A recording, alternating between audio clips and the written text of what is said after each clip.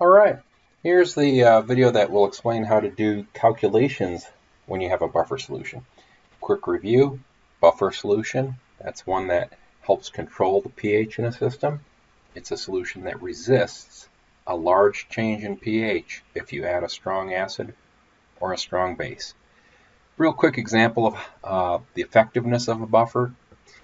If you look at my little pictures here, this is if you had 900 milliliters of water, nothing in the water, just straight water, got a pH of 7.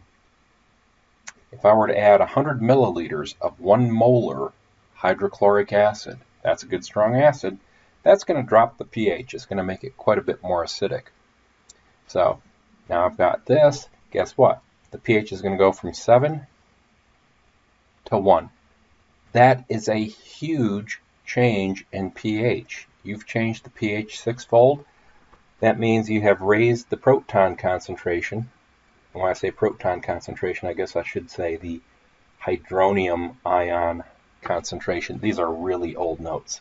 We used to talk about acids in terms of proton concentration, the pH scale with protons. Now we talk about it as hydronium. Anyway, you've raised the hydronium ion concentration in that water by a factor of 1 million. So there are 1 million times more of these in this beaker than there were just a moment ago. So a 1 million fold change. Now, let's say I do this exact same thing to a buffer. My buffer solution is pictured here. Don't worry about all the details just yet, but if I took 900 mils of water and I dissolved 0.6 of a mole of monohydrogen phosphate, 0.4 of a mole of dihydrogen phosphate in there, it would be a buffer. I'll show you how to do the calculations later, but this buffer would have a pH of 7.4. If I were then to add that same amount of acid, instead of the pH going down 6 units, it goes down 0.2 units. It goes from 7.4 to 7.2. So you see how the buffer stopped the solution from having a huge swing in hydronium ion concentration. In fact, the hydronium ion concentration here has only changed by 1.6 fold as opposed to 1 million fold. So that's how effective a buffer can be. Remind you of a couple of quick things here from the last video with buffers. To have a buffer, you've got to have two components, both at a reasonable concentration, right? So if you're looking at this buffer here, I've got my two components. And what's the relationship between those two? Conjugate acid-base relationship. If this is the acid, this guy is its conjugate base. How can you tell when you're looking at these two components, how do I know which one is the acidic component? It is so easy, it's stupid. Between these two, which one represents the weak acid? Which one of these guys is my weak acid? This one. How do I know he's the acid? He's got an extra hydrogen. The guy with the extra hydrogen represents your weak acid. The other guy happens to be your weak base. So that's your conjugate acid-base relationship. So a buffer has a weak acid and its conjugate base, both in solution, both at a relatively decent concentration. Now, where did these two things come from? If I were to make this type of buffer, it's a very common buffer in biology. This is a phosphate buffer. Oh, to get the H2PO4, I'd probably use a sodium salt or a potassium salt of H2PO4. So I might use NaH2PO4, dissolve it up in the water. Of course, the sodium floats away. Sodium salts are soluble, and it leaves me with H2PO4 minus 1. How do I get this stuff? Oh, use the sodium salt, maybe. Na2HPO4. That's what I would grab from the shelf in the stock room. There's no bottle that contains simply this ion. This ion has to be combined with counter ions, a couple of sodium ions. So you dissolve this up in the water, you get a couple of sodium ions, and of course you get your HPO4 minus 2 here. So that's where these things come from. You dissolve them in there as a sodium salt. Other way of doing this, as I mentioned in the other video, maybe I could have started with just this stuff and slowly added enough sodium hydroxide to produce this. There's all kinds of ways to make them. Anyway, thing to know about a buffer, thing to keep in mind, make your calculations easier. Always keep in mind your buffer has two components. You have an acidic component and a basic component. Again, you got a weak acid and a weak base. These things can absorb a big hit from a strong acid like hydrochloric acid or a strong base like sodium hydroxide. If you add a strong acid to the buffer, you guys tell me, do you think that strong acid is going to react? Do two acids typically react? No. That acid, that strong acid, is going to react with the basic component. So you add a strong acid, it's going to react with the basic component of your buffer. You add a strong base, say potassium hydroxide, sodium hydroxide, whatever, anything that spits out hydroxide, you add that to your buffer. You're adding a base. Which of these two components is going to react with that the acidic component. So strong base is added, it reacts with the acidic half of your buffer. That's the way buffers work. Essentially, when you add a strong acid, it's going to react with this basic component. What it's going to do, it's going to turn this basic component into the weak. Oh, you're taking a strong acid and you're converting it into a weak acid when it reacts with this, and vice versa. Okay, it really helps to understand buffers if you can write some chemical reactions. Later in these notes, I'll send this out as an attachment. I'll have this all filled out for you, but real quick, let's do a couple of these. What takes place when hydrochloric acid is added to this buffer here? I got two components, NaH2, Na2H. Which of these two is my acid? This is my acidic component. And this is my basic component. How do I tell which is which? The one that has the extra hydrogen is the acidic half. The other one is the basic half. So if I add hydrochloric acid, he's an acid. Acids react with bases. These are the two things that are going to react. This is just going to sit there. So if I add hydrochloric acid, I'd get this reaction. My acid together with my base, 2HPO4. As complex as some of these reactions can look, at the end of the day, it's always the same thing. One lousy hydrogen ion gets transferred. So that hydrogen ion gets transferred to here, and it becomes NaH2PO4. And the other product I would get is sodium chloride. Now you can write it this way. This is the molecular equation. Some people prefer to do the net ionic equation. The notes I'll attach to this shows you both. It shows you the molecular form. Some people like net ionic, whichever, as long as you can tell what's going on. When you add that strong acid, it's attacking the basic half of your buffer. It's changing the basic component into the acidic component. If I were to add sodium hydroxide to this buffer, a good strong base, he's going to react with this guy, the acidic half. So if I add sodium hydroxide, is going to get together with this stuff, the NaH2PO4. And essentially one of these hydrogens is going to get transferred over to that hydroxide, making water.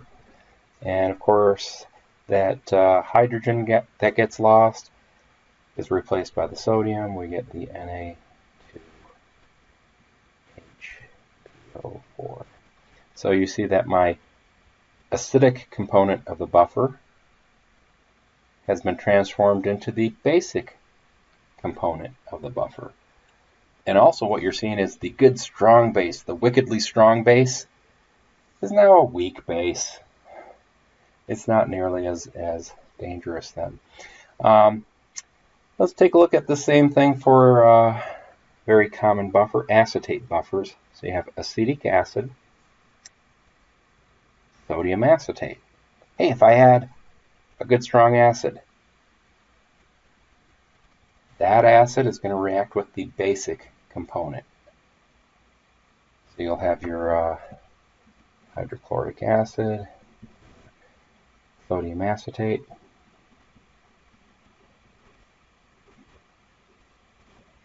In a transfer a proton, H plus, from here over to here.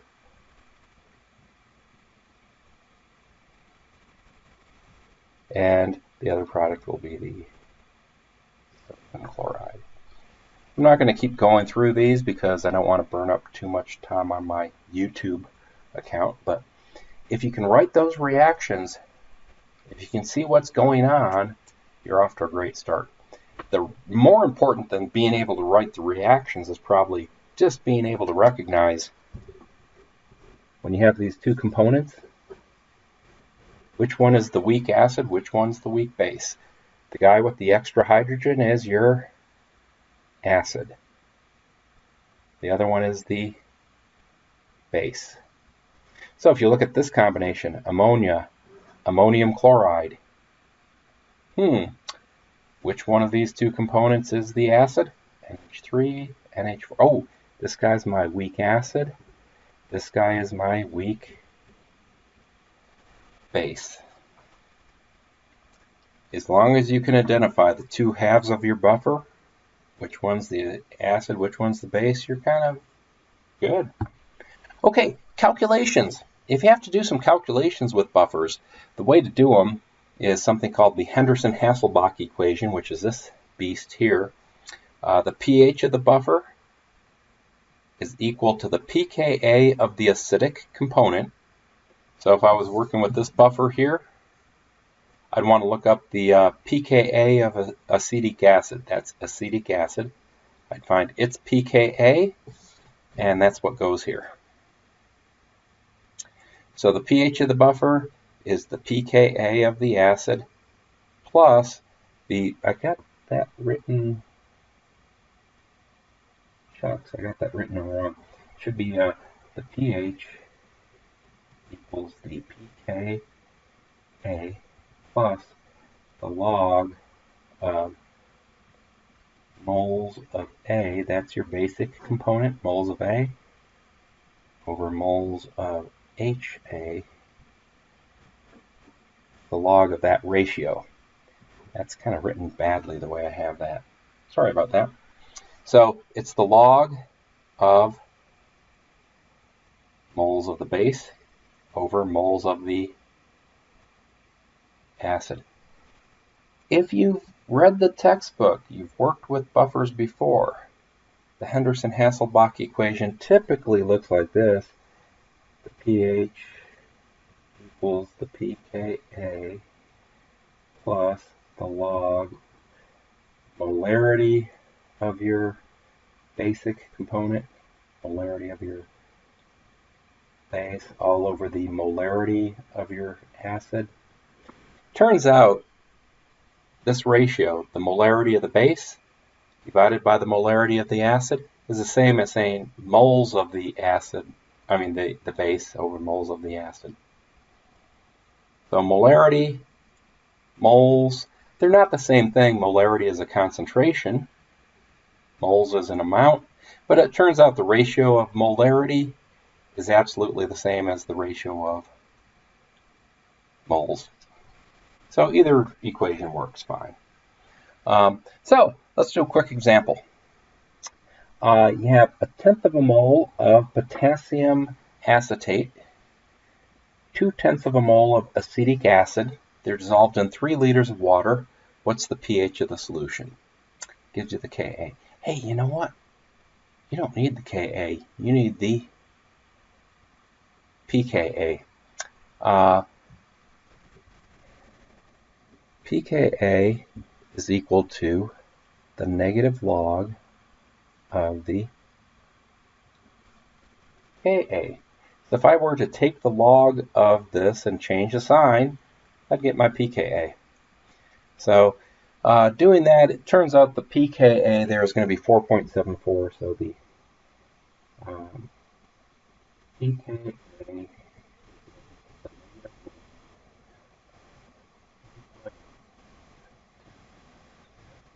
which happens to equal 4.74. So you need that pKa. Now, what's the pH of the buffer? This is so easy. The pH is going to be your 4.74 plus the log of the ratio. That ratio is the base on top, the base, the acid. How do I know which one's which? The acid happens to have the extra hydrogen. So the guy with the extra hydrogen is the acidic component. So it's going to be the log of this guy on the bottom, 0.20. Here's your base on the top, 0.10. Run all that through your calculator, it's 4.43. That would be the pH of the buffer if that buffer happens to contain this many moles of potassium acetate, this many moles of acetic acid. Pretty simple, huh? Now, slightly trickier problem is related to this. What's the pH of the buffer if you dump something into it? You've got that buffer, nice pretty buffer sitting there with a pH of 4.43. What's going to happen to that pH if we add 150 milliliters of 0.5 molar hydrochloric acid? Ooh, darn. Here's the thing to know. If you're adding an acid, however many moles of acid you add, that's going to increase this bottom number, moles of the acid, by that much. It's going to decrease this top number, the moles of base, by the same amount. So if I add an acid, my bottom number, moles of acid, has to go up by that much. My top number, moles of base, has to go down by that much, because this strong acid, this good strong acid, is going to start to destroy my base. So 150 milliliters times, what do we got here, 0.5 molar, 0.50 moles per 1,000 milliliters, and that's going to give me, oh, that's 0.075 moles of hydrochloric acid. So this 150 mils of 0.5 molar is this much hydrochloric acid I'm dumping in there. So that's going to destroy 0.075 moles of my basic component. It's going to increase my acidic component by 0.075. So my pH here will be my 4.74 plus the log. See, I initially had 0.1 mole of the base. Again, the base is on the top, base is on the top, acid is on the bottom. So I have 0.10 moles of base. Now it's going to be 0.10 minus 0.075, because that strong acid is going to destroy some of that base. Down on the bottom, goes from being 0.20 plus 0.075.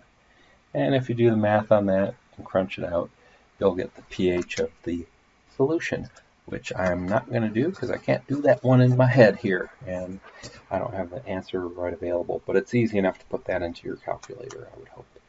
So that will tell you the new pH of the solution. So that's how you do calculations with these buffers.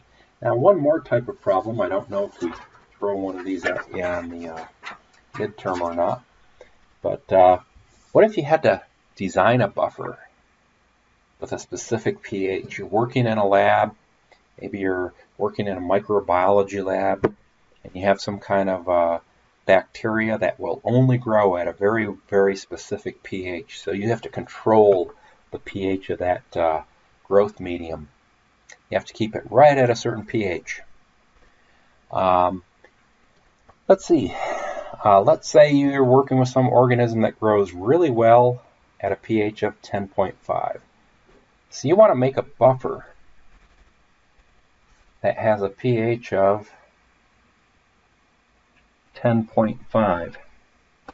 That's your job, is to come up with a buffer that has that pH. Well, you look at phosphate, because most germs like phosphates. So, phosphoric acid has this Ka. Dihydrogen phosphate, monohydrogen phosphate. Which one of these should you use? Best thing to do is change your Kas into pKas. Remember, pKa is the negative log of the Ka. So if you take the negative log of this one, you end up with 2.14. Take the negative log of this guy, you end up with 7.2. Negative log of this guy, 12.38. Pick the pKa that's kind of close to where you want to be. So between these three, who's the closest to, oh, you know what? To make this buffer, you want this to be your acidic component. You want to use this one. Make this your acidic component, HA.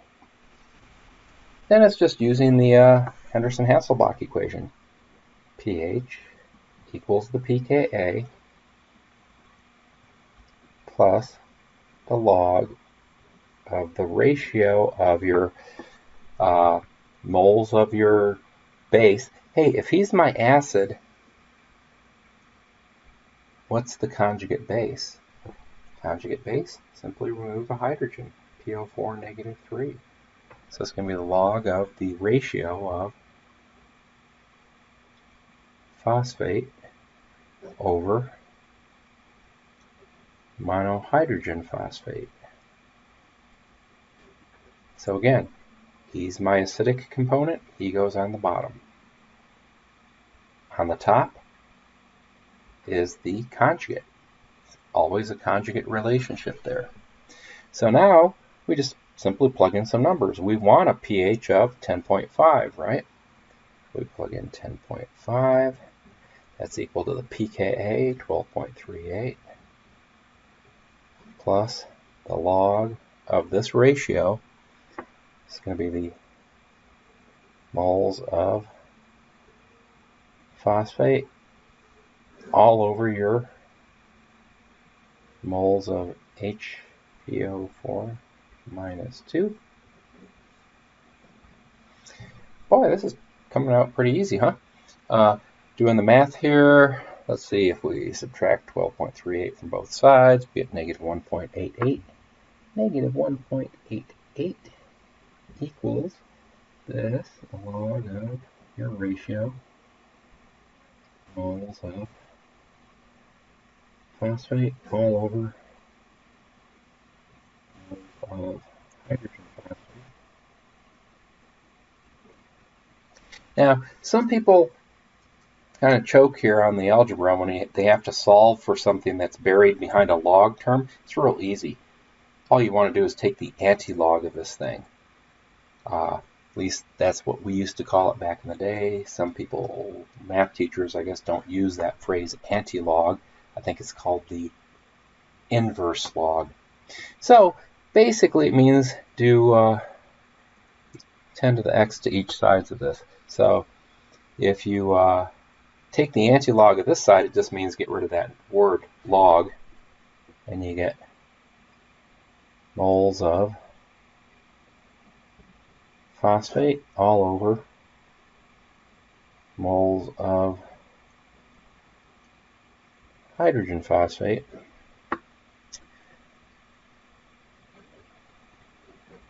And if you take 10 to the negative 1.88, you get 0.013.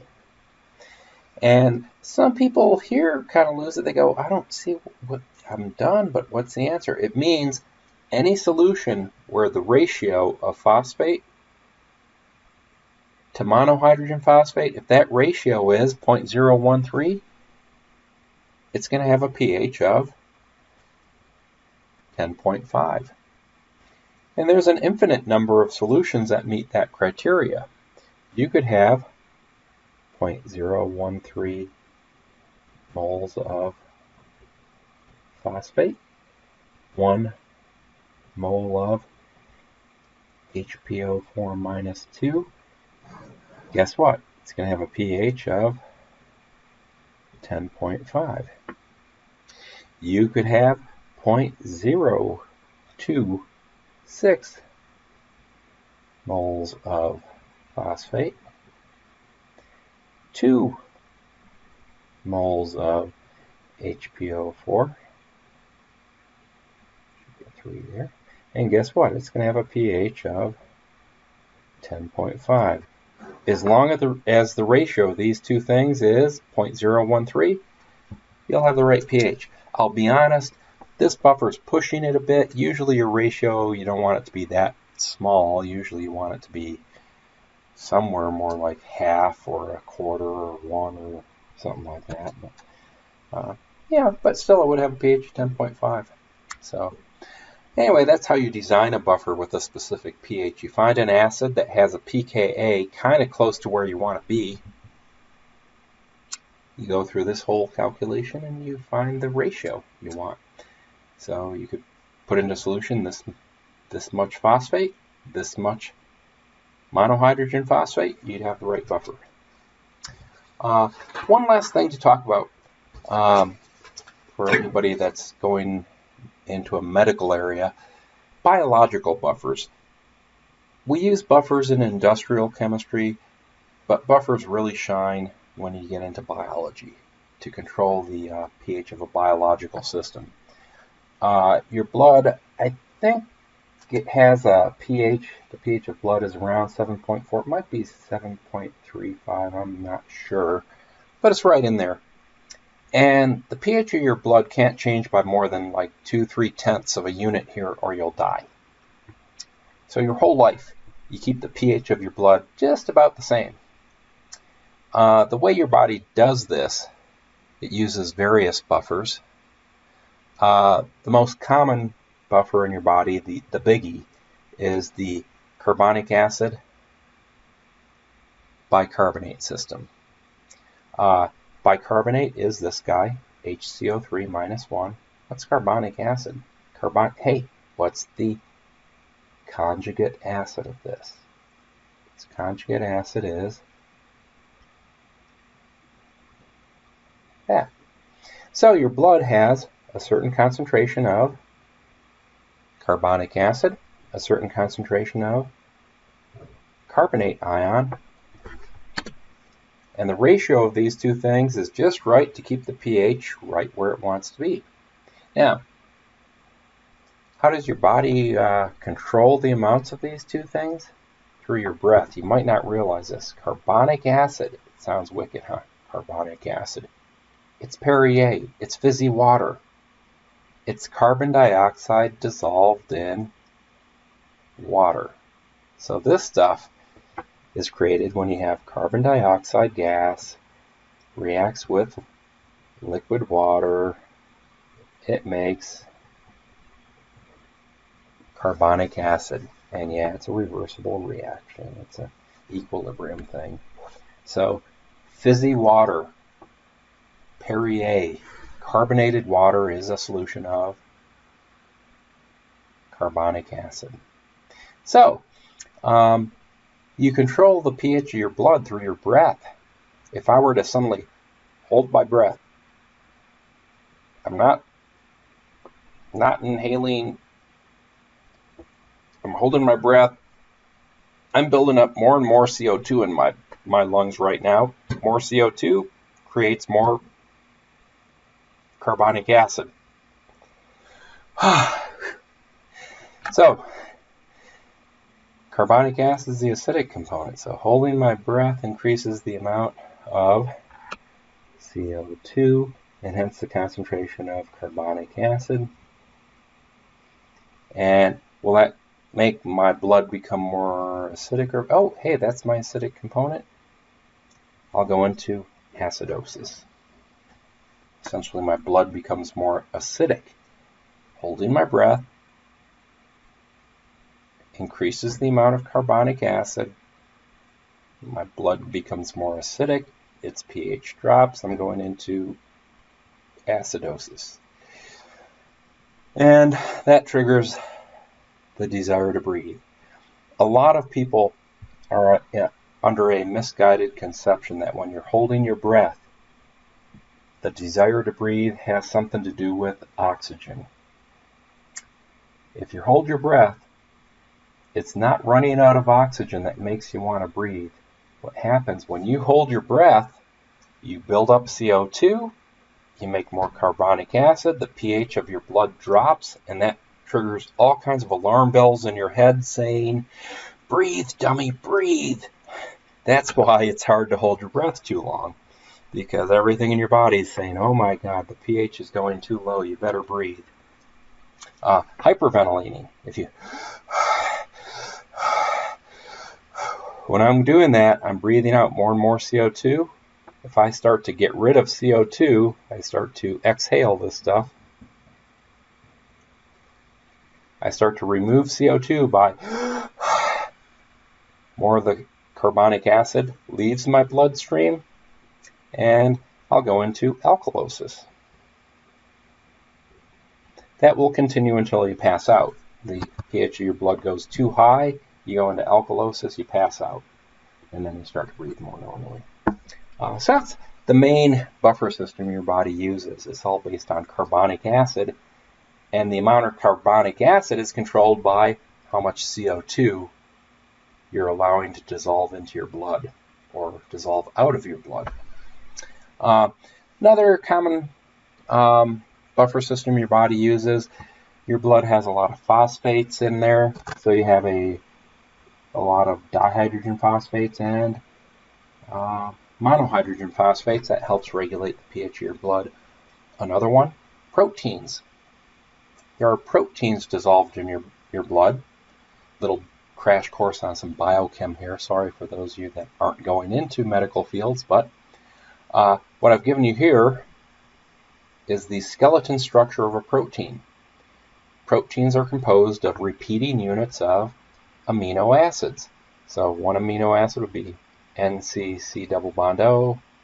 That came from an amino acid that got covalently bound to another amino acid, NCC double bond O, NCC double bond O, NCC double bond O.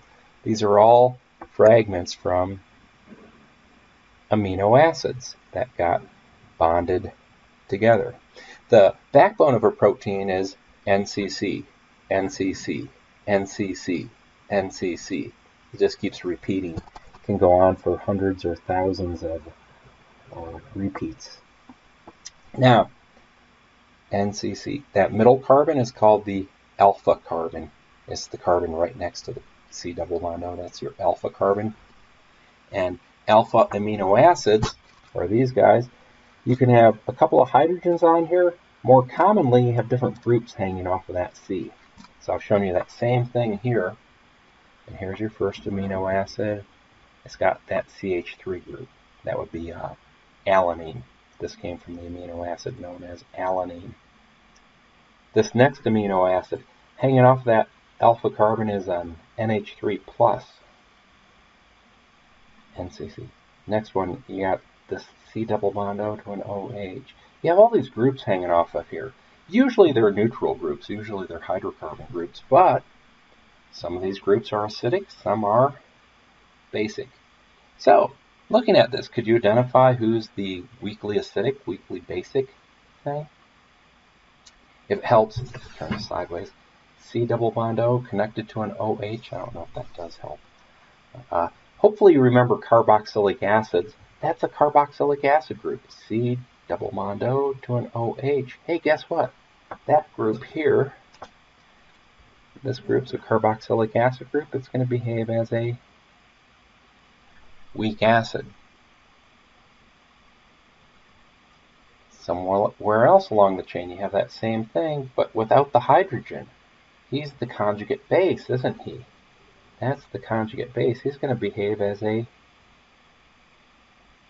weak base. NH2, nitrogen with 3 bonds, is an amine. So that's an amine hanging off there. That behaves as a weak base. That's the amine, but with an extra hydrogen. That's the conjugate acid of this guy. He's going to behave like a weak acid. So proteins, because they have all these charged groups, or these weakly acidic, weakly basic groups, they have to like buffers. They're natural buffers. If you have a bunch of this protein in solution, and somehow the proton concentration of the solution, or the hydronium ion concentration, were to increase. Suddenly there's more hydronium ions in the blood.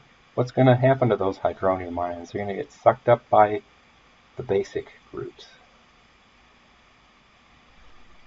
What if suddenly the hydroxide ion concentration goes up? What's going to happen to those hydroxide ions? They're going to get neutralized by the weakly acidic groups. So proteins act as buffers as well. Sorry for that slight departure into biochem, but hope you learned some biochem in there. And that should do it then for buffers.